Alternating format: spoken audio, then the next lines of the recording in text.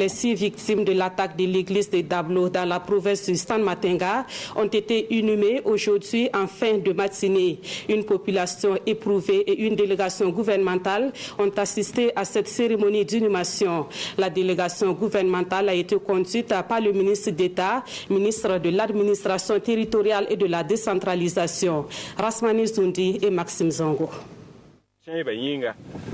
C'est dans la consternation et l'indignation totale qu'une foule nombreuse sous le choc a conduit ce lundi les victimes à leur dernière demeure.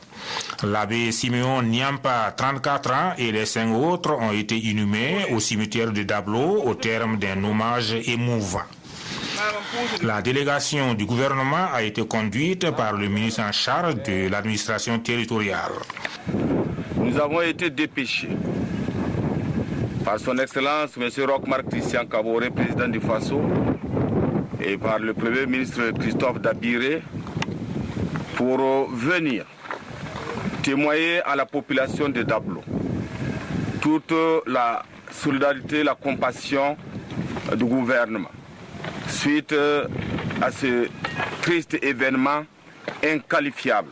En cette circonstance douloureuse, le président nous dit de garder espoir, de garder la solidarité, l'entente. C'est simplement par cela que nous pourrons vaincre ce mal-là.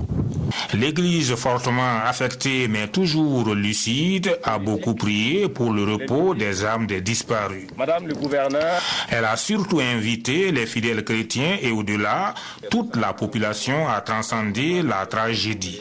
Ça fait des années que nous travaillons ensemble, musulmans, protestants, catholiques, ceux de religion traditionnelle. Nous avons toujours marché la main dans la main. Donc, il ne faut pas que des actes aussi tragiques puissent venir nous séparer. Nous devons continuer parce que nous savons que nous sommes sur la bonne voie. Comment cette inqualifiable scène s'est-elle produite?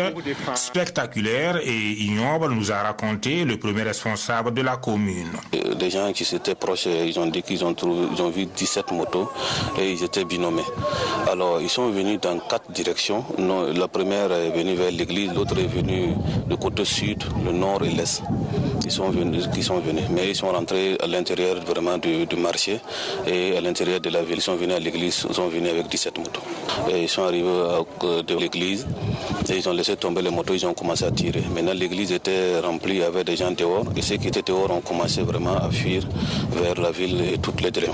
Lorsque nous quittions les lieux, c'est une ville fantôme et des populations meurtries qui ruminaient toujours leur colère.